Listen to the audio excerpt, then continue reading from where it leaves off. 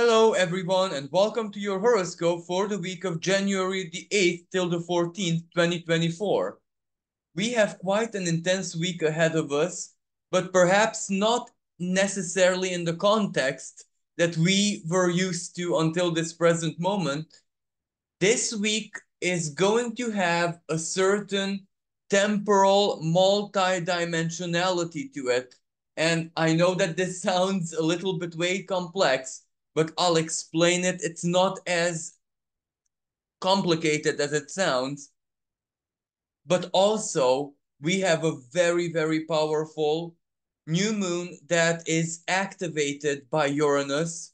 And also, this new moon T squares with precision the nodes of the moon. So it's quite a delicate energy. And because it's a new moon, all of us are called upon to plant the seed of intention or at least focus on, as the name says, new, something new in our lives. But of course, the squares with the nodes of the moon means that it has conditions and it has to have a delicate and very well functioning balance for us personally in order for that new to feel like we're riding a wave, not necessarily where we're traversing a desert. You know what I mean? So I'll speak about these aspects later on in the horoscope, but first let me explain what the multi-dimensional temporal feeling of this means. Well, one of the highlights of the coming week is gonna be, without a doubt, Saturn touching again 4 degrees of the sign of Pisces. Now, this is on one hand very powerful because at that 4 degree, it is still an operational conjunction with fixed star Fomalhaut, the star of alchemy, the star which is ruled by Archangel Gabriel. So you can imagine the strength, the power, the intensity, and we're speaking about Saturn. So the manifestation, or let's say restriction principle, but restriction can very well be um, looked at as protection, because protection restricts the harm. And conjunct Fomalhaut, a very, very powerful spiritual protection, and also an inner calling to be our most purified selves possible in order to welcome in exactly the new energies, the energies of the future, basically. A future that is, as I said, in previous horoscopes, especially in 2023, it's still like something very, very undetermined in a quantum way. It is there, we feel it strongly, but it is like a huge river or huge lake of energy which is still yet to take form.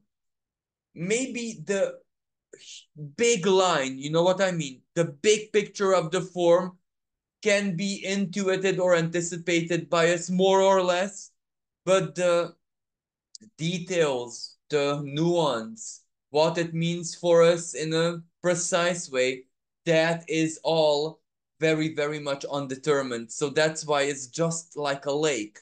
And this symbolism goes so well also with Pluto in the sign of Aquarius, of course, stepping into after the 21st of January. So not this week yet, but Aquarius is exactly that water of our highest principles, aspirations, dreams. And when I say dream in an aspiration sense, in a desire sense, the divine inspiration that co-creates within us, that is being poured on our higher intellect. So the rationality of the soul, if that makes sense, not the lower mind, the water bearer. And from that, something beautiful is created. And before creation, it's just a sense of direction, but one which has so much beauty, so much magic, so much allure to it. In tarot, just look at the star card. That's the wide. And the star follows the tower, and we had the tower. We know so crystal clearly the tower moment. That is 2020 tower moment, and the recent happenings also a very strong tower moment. So the star has to follow fresh, new hope and a sense of wanting to begin anew and grow have to be part of what is coming without a shadow of a doubt. But going back to Saturn, so all of this requires Saturn. You know what I mean? Because it is Saturn which makes these real, and Fomalhaut gives us the wisdom, the alchemy, and the divine inspiration, basically. On the other hand, Saturn this week is reaching 4 degrees of Pisces, which is considered a rather important degree, a critical degree, if you like.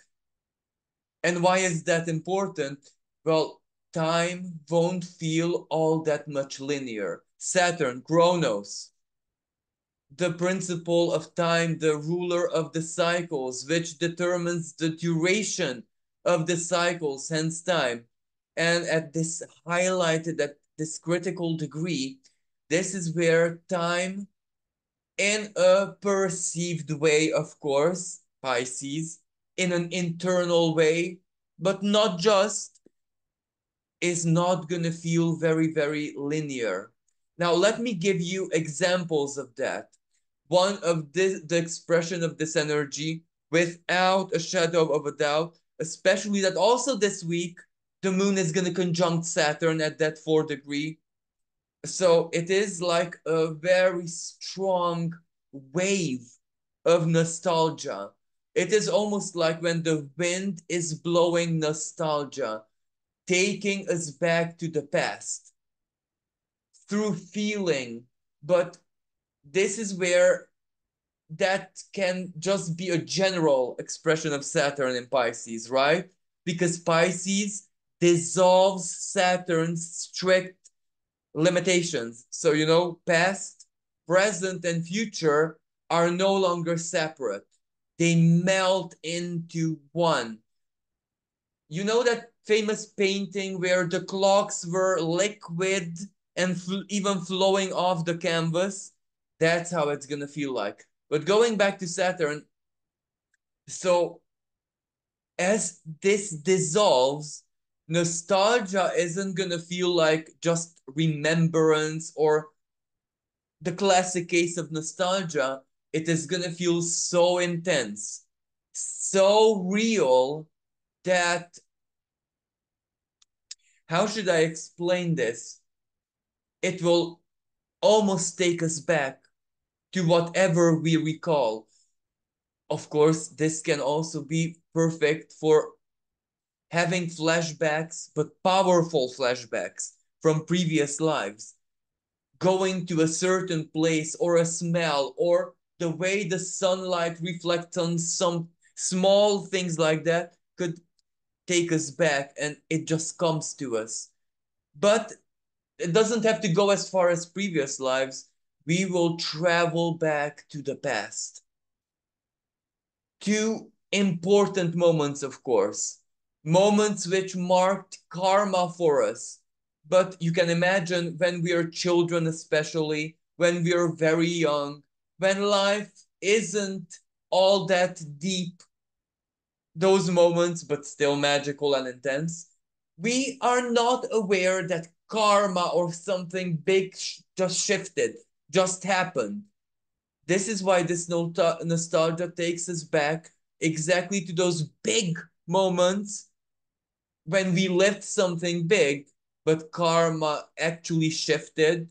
And that's how it lets us know that it was that moment in your life when something began or something terminated. So it actually invites us to a very deep self-knowledge. Knowledge of how the cycles play out in our lives personally. And you don't have to know astrology to decipher your own temporal journeys. You just make inner sense of it. What does the nostalgia, the memory tell you? What are you reliving? Now, also at the same time, this is also valid for the present. But how do we time travel in the present? Well, we don't, but this is Saturn. So sometimes we are going to have moments when it's just going to dawn on us, and this is also due to Uranus aspects, the epiphany part, that we potentially could be living such a different, radically different present, would we make different choices. And it is exactly those choices that are highlighted.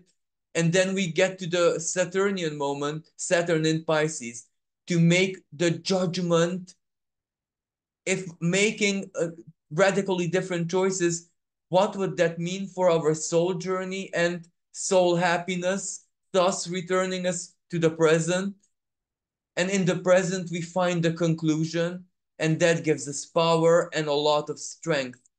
When we realize when we're in that state of realization that having lived life radically differently wouldn't make us any happier or better or whatever, realizing that everything that we did in our lives and every choice and everywhere where karma, Pisces, and our own subjective truth led us was actually perfect, that is a very powerful empower empowerment. I know that I'm saying the same words, but imagine when we're that much more comfortable with how our most subtle choices brought us in life. This is when we say, I'm living exactly the present that I should be living. Good or bad, hard or whatever, but it's perfect. It is part of me. So this is what Saturn is going to do. And how are we living this through? How are we experiencing this? Because there is so much power in this that we can't even imagine. Why? Going back nostalgically, or the trips that Saturn will make us do on our personal timeline, that can heal traumas by understanding, by reliving something and coming to the conclusion that that special moment in the past, that time was the perfect time for me to live that. And I don't even want to relive it anymore. I just want to treasure it as a memory. Moments like this are so profoundly healing that they can make all the difference, truly all the difference. And also this week is going to be when Venus trines Chiron. So speaking about the power of love, but sometimes that love is just us loving an, a past part of ourselves, because at that moment in the past we couldn't love who we were. Now we can give that love to that part of ourselves which didn't have it, and that is profoundly healing. But this healing energy and wave travels through time. It heals the past and also the present. So instantaneously after those moments of nostalgia, we could be miraculously and radically healed or fortified or stronger from one moment to the next. Because a moment of nostalgia may feel like you spent a day there, and it can really be just 3, 5, 10 minutes, half an hour in real life. And those can be so powerfully healing. So thank you for this very, very long introduction, but I needed to say this because I'm gonna receive so many communication that people felt these. So before I receive this, I'm gonna explain that is what you're feeling. You're actually time traveling in a Piscean way, in an alternative. It will feel like a trip, but that has so much power. It may be just an illusion, a remembrance, but the healing that you can do there, because the Saturn will bring you back to the most important moments. So thank you. Now let's start the horoscope and let me share my screen and let's go through it together. Here we are. So the 8th of January. This day is relevant because the moon is going to be conjunct Venus. Venus in the sign of Sagittarius, and only now can she bring out her Sagittarian expression for real, because when she entered in this sign, very, very soon she was aggressed, limited by Saturn, who told her that Venus, you have to keep your enthusiasm, your desires, your wants, your big dreams under control, restricted, because I'm here. Now she's free from Saturn's grip, so you can imagine that she's gonna start dreaming big. That means feeling big. That means hope, optimism, and getting into that vibe of actually believing the possibility that your dreams can come to you. That is very, very empowering.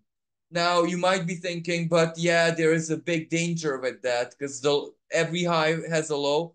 Absolutely, but don't worry because Mercury, especially at the beginning of the week, Monday, Tuesday, freshly direct, going through its shadow path, the Sagittarius segment, first of all, is gonna hold for the third and final time the square with Neptune, the disillusionment, disappointment, the forced reality check, optimism and pessimism many times washing into one.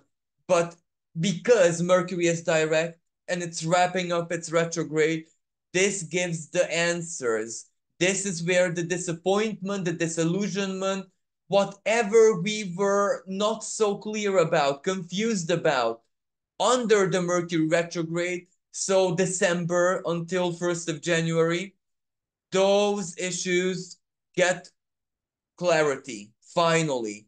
And this is the square with Neptune, the perhaps not so favorable and not nice parts of the reality check where we accept and we acknowledge and we, Mercury, understand what is not possible the way we wanted, when we wanted, how we wanted. So we have to be happy with the alternatives. And that's absolutely fine.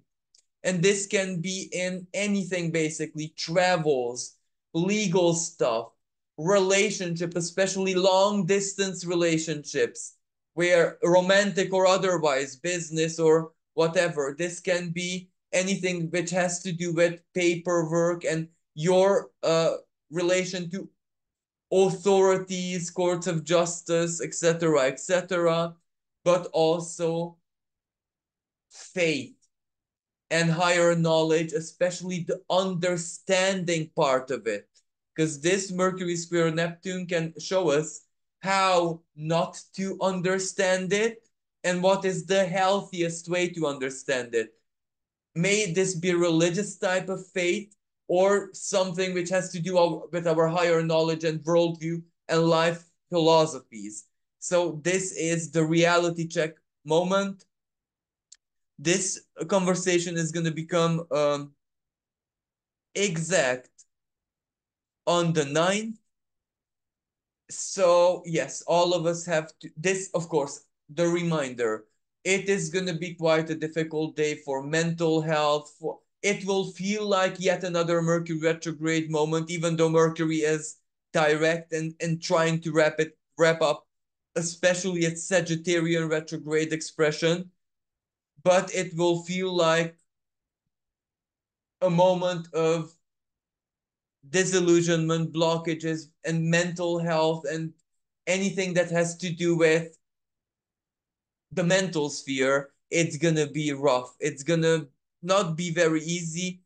Neptune will drown. Neptune is also direct, so it definitely drowns. So our minds can be washed away. Now, of course, there's a positive side. If it's fantasy, if it's not like depression and victimization and whatever makes us unhappy that washes us away, but rather fantasy, certain funny moods, or the desire for escapism and stuff like that. Well, we can ride that wave, and it's really good artistically, spiritually. It's a very strong creative energy. But, whatever we are inspired is impossible to create. So this is the square. We have to find the best way to get close to whatever was impossible, to express it one way or another, especially poetry, songs, music, writing. It's even though it's a square, it's wonderful, it's fantastic. So there's that, but the sun is starting to hold its trine with Uranus. And this is really nice because on one hand, it's Earth, Capricorn, Taurus, and it's grounded. It This may not necessarily mean that whatever, for example, good news, something turned out in a good way, or surprises, um, unexpected. Let me give you an example. Certain doors which were definitely closed or are usually closed for you suddenly open. And this doesn't mean you walk through it. This just means your reaction, your awareness that, well, those doors are suddenly open for me. What do I do? But it's still a positive surprise, and it is still revelatory, powerfully revelatory. So the sun, the light of our consciousness, Uranus, our higher mind, let's say, reveals something to us. Both of these planets have something to do with reality, with the truth, with vision, or with brainstorming, epiphany, authenticity rising to the surface.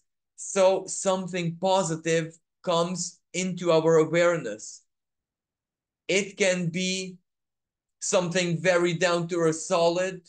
Why not the energy of Taurus, like generosity, present, unexpected gesture, or even if you're the giver of this, it is, chances are it is much more wonderful, meaningful, important for you to give, to do it, than for the recipient. So it's your blessing more than anything. But regardless of how this plays out, it is something delightful. And Venus, why do I include Venus? Remember her conjunction with the moon just the day before. Venus is the ruling planet of Taurus, so it can and Venus is in Sagittarius. She's dreaming big. Her horizons are truly wide. In the sign of Taurus, she is very powerful, but that doesn't mean her horizons are as wide as when she's in Sagittarius. And Uranus loves this opportunity, this energy that Venus gives him. Trine Sun in Capricorn, Capricorn, stage of manifestation. What becomes real in our lives? So something can become real, and it's wonderful, it's delightful. It can even be romantic. It can be for studies, for students, someone who is doing academic work. It's so, so, so good. For anyone who wants to do anything international, very good for visibility, very good for power of attraction in a Uranian sense of social media, internet, virtual attraction. Your work or whatever you dish out is the attraction, the sun in Capricorn. So it's a really, really nice energy. I really like it. Also on this nine, the moon trines Chiron, something heals your soul. Something feels like honey for your soul. So this can be a really beautiful and pleasant surprise with Uranus. And I know that usually a trine doesn't many times need anything because it's just a very flowy aspect. But embracing your Uranian side on this day can make this even more special. So, or perhaps embracing your Sagittarian side can make it all that much delightful, joyful, pleasant surprise. Something is healing. And my notes say, so I'm going to show this to you, that also around this time, roughly, Juno, of course, is asteroid of partnerships, Jupiter's wife, trines Uranus, trines the sun. So this is so beautiful. Hence, this is why I consider this also really, really lucky, fortunate in a certain sense, not in a Jupiterian sense, more like in a Uranian sense, surprise, surprise, in matters of romance or love expressed in other ways, but Juno in Virgo, practical. It has to hit the spot, it has to matter a lot, and it has to be Virgo. Virgo's highest example, Virgo and Gemini are those signs of two signs of the Mercurials who can custom fit something the best because they can muster the type of understanding, the hair splitting that even the strongest empathic sense in the zodiac could not make it so perfect. You know what I mean? So you can imagine that this may be like a custom tailored surprise from the divine or your karma or from a person who loves you deeply, which can be romantic or not, but there is another party or person or you and someone or something else that is ultimately delightful. But, don't get too hyped because remember, Mercury is also at perfection point with its square to Neptune. So with everything with measure, you even enthusiasm. And I know I'm such a Grinch to say this because this is like total anti-Sagittarius movement. But I have my Saturn in Scorpio, so even enthusiasm has to have a certain measure. So moving on to the 10th, we have Mars, and Mars, remember, also freshly entered Sagittarius. Now is Mars's highlight because it's going to conjunct the moon. So we're really, really going to feel the Martian expression. Now, what is that? Mars in Capricorn is very strong work and doing it or manifesting it or action principle. But when it's the healthiest and most powerful balance, it will do everything again in a disciplined, masterful, balanced way to get the job done. May it be physically, in a very down to earth sense, alchemically, in an intellectual sense, whatever sense, but it is powerful and benevolent, or can be the most used in the most benevolent way, even if that benevolence means usefulness to us personally. Moon conjunct Mars, we're going to be feeling this, going to be feeling the ambition or the determination to continue something that is already unfolding. Let me give you a really nice analogy.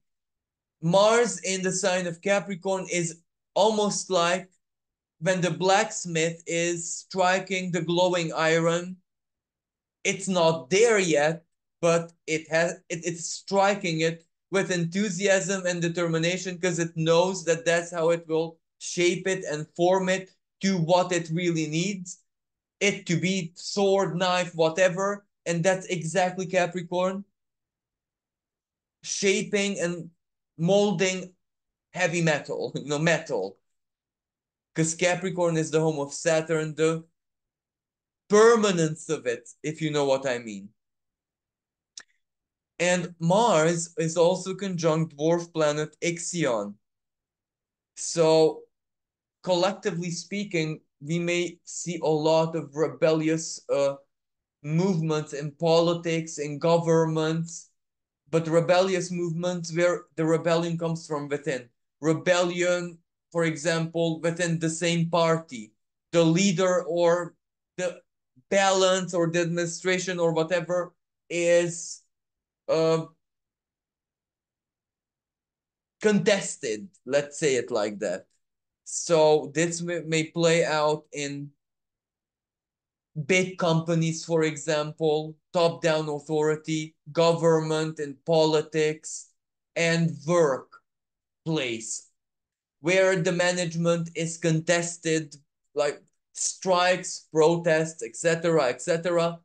Just that with Ixion, it actually gets somewhere because it comes from within. You know, it's within the company or the big institution or whatever. Um,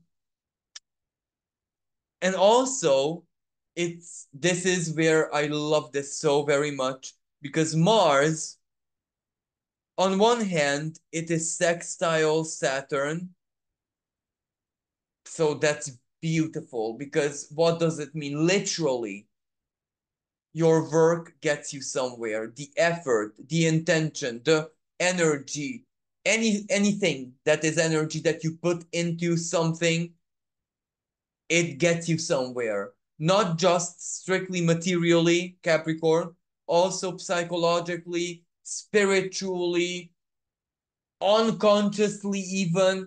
So this is where work is unfolding. Any type of work is unfolding here. Mercury getting close. And we must not forget that the moon was conjunct Mercury not so long ago, a day before, or yeah, or a few hours before.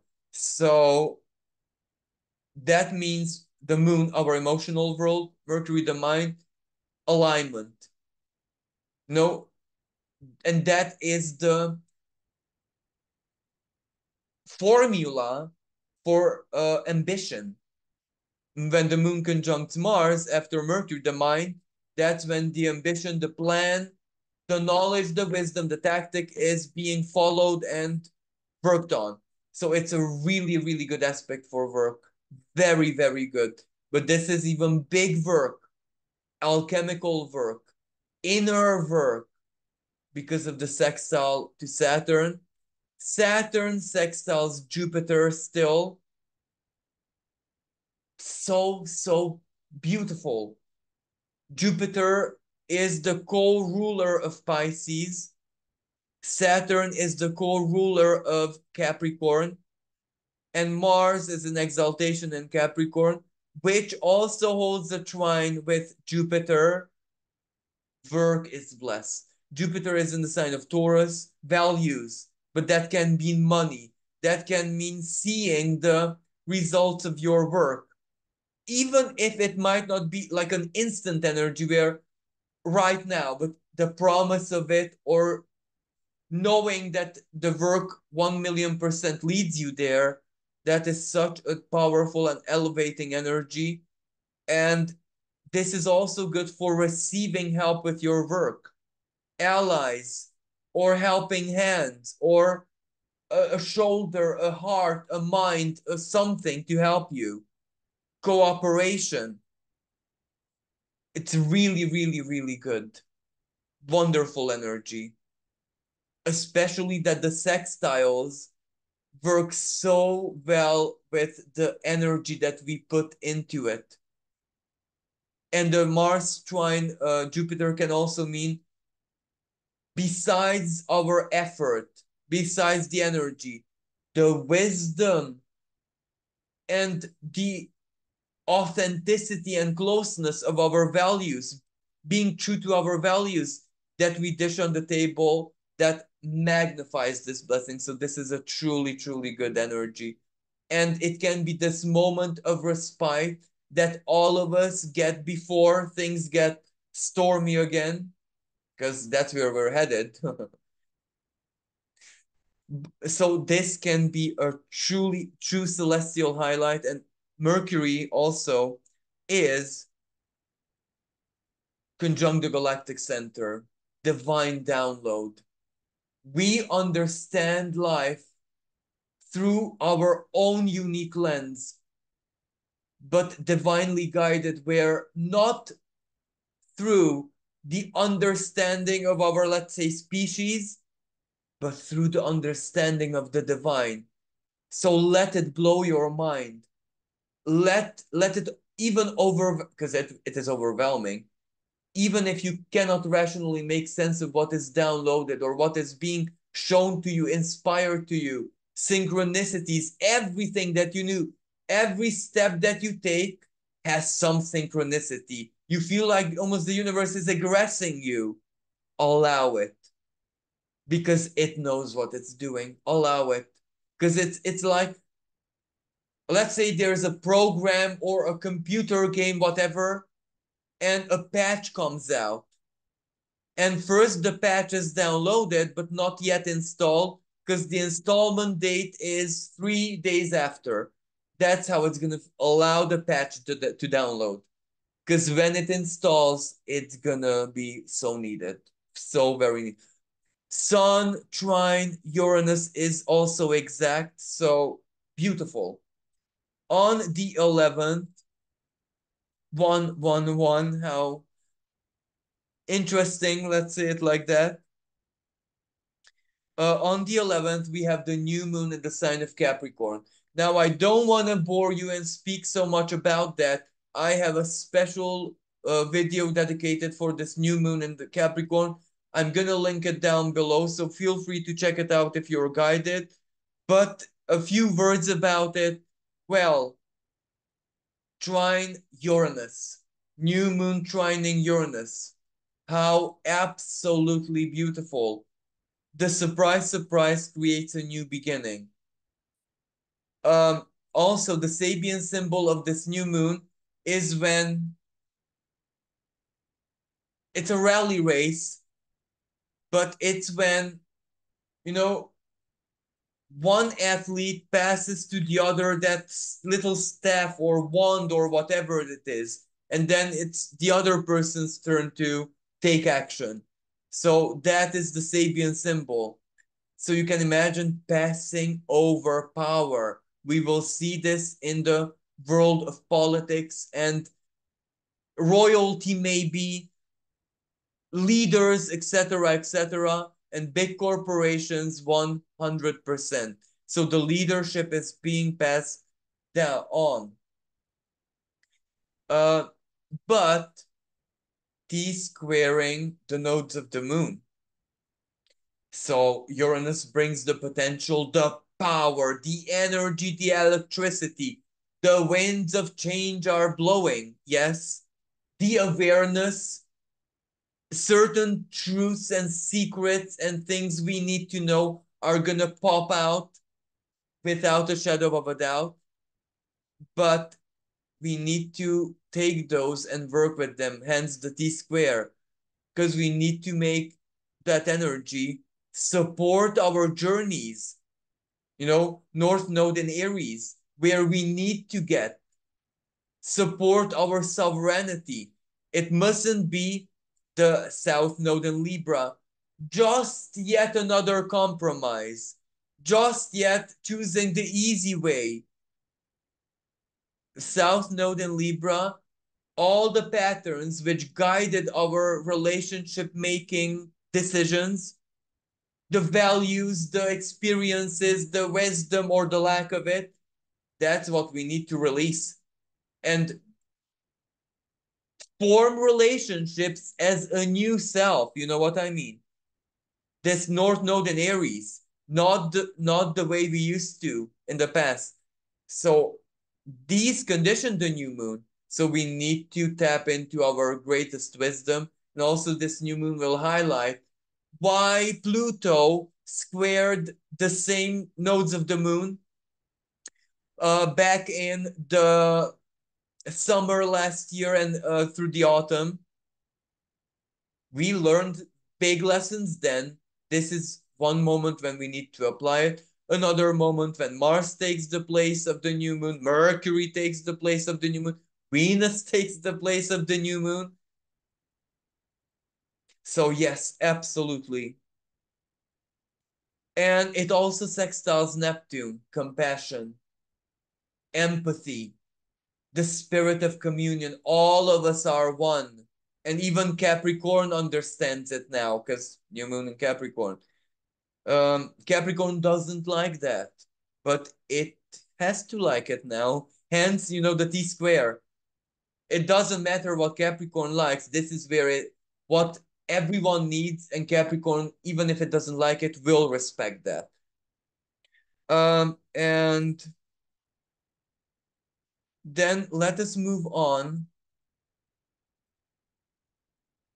to the 12th. This is when we have the moon conjunct Pluto. Pluto being at the very end degrees of Capricorn. The reason why I haven't said so much about this in this horoscope, that I've been speaking, and every other astrologer has been speaking about this nonstop, so we already know what it means. The wrecking ball, the final moments of how Pluto reveals what Capricorn truly is in this present context.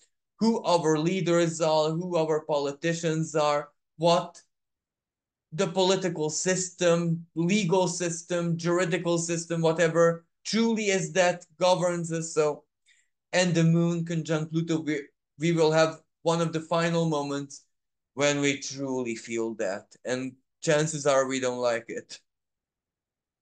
Uh, but also, the sun still keeps the trine with Jupiter, Uranus, sorry, and Saturn sextile Jupiter is still ongoing. So this is really an energy which also gives a solution. Whatever, and we must not forget the sun will take the moon's place. There is going to be a sun conjunct Pluto moment, and even a moment when it's an outer sign conjunction, but so tight, so close. Sun going to be an energetic degree of Capricorn, Pluto at almost 0 degree of Aquarius. So this is almost like the sun and Pluto will dance together towards the 2021st. So a very powerful moment, a really, really powerful moment when something is going to be illuminated, highlighted like no any other time. And also when the sun reaches this 22 degree of Capricorn, that's where the Saturn and Pluto conjunction took place in 12th of January 2020. We will also see something, another layer of that. So a very, very strong week ahead of us. And finally, I'm going to get to the 14th. When on one hand, the sun starts a square with Aries. You cannot see Aries. She's at 24 degree of Capricorn. Aries. This is a moment when Aries is sparked up because both the sun and Aries are fiery energies, combustive energies. So we might see a moment of rebellion, and Aries, especially strike, especially protest, especially anything that has to do with people demanding their sovereign rights. And what I didn't mention, a few days before, when Venus was at 15 degree of Sagittarius, she trined Chiron. The healing power of love, hope, faith, optimism. Aligned hope. What does hope align with reality? Reality in the sense of your most authentic truth, because that's your reality. Because Venus was squaring Saturn exactly for that purpose. So it becomes aligned with reality. The power of true hope and love and compassion can do miracles, simply said. But Sun squaring Aries, might also have that Venusian factor to it, that in the name of healing, there is protest and strike and stuff like that. And this is where Venus starts to hold a really beautiful aspect. Here you see Aries, and now here Venus is starting her conjunction with Ceres, planetoid of nurture.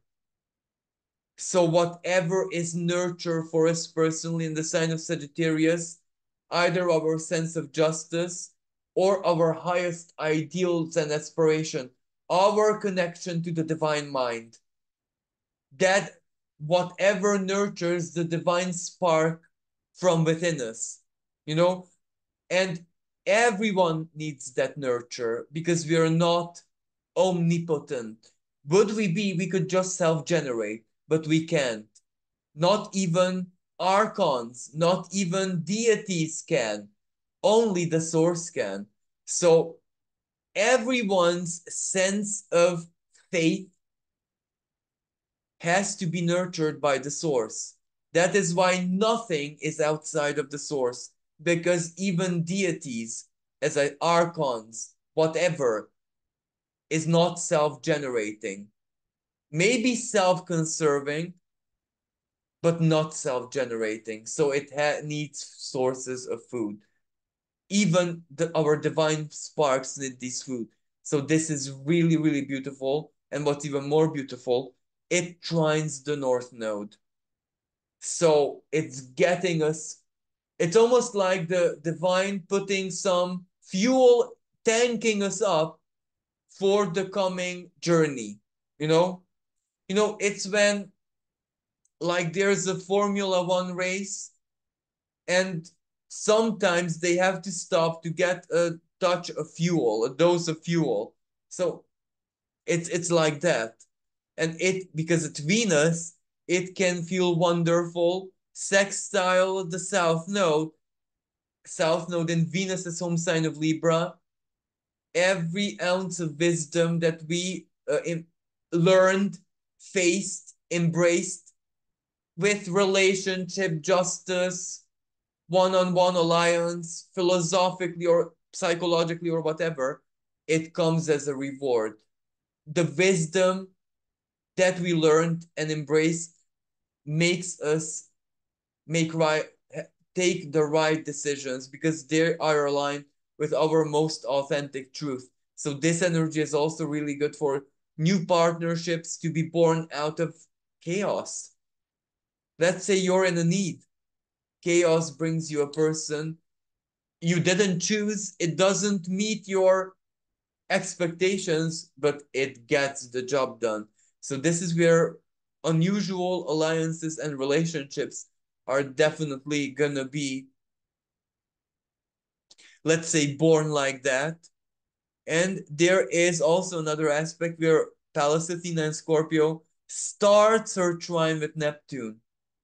Scorpionic wisdom, the gut feeling, the intuition, and our deepest alchemical processes are getting the job done. So, this is a moment of empowerment before a huge and massive storm. But at the same time, Pluto and Capricorn is unfolding. So this is not when we have peace or we don't have like real respite. Just that besides the wrecking ball, Pluto and Capricorn, we have a lot of good in our lives as well, and we can work. We can work, and that's so important.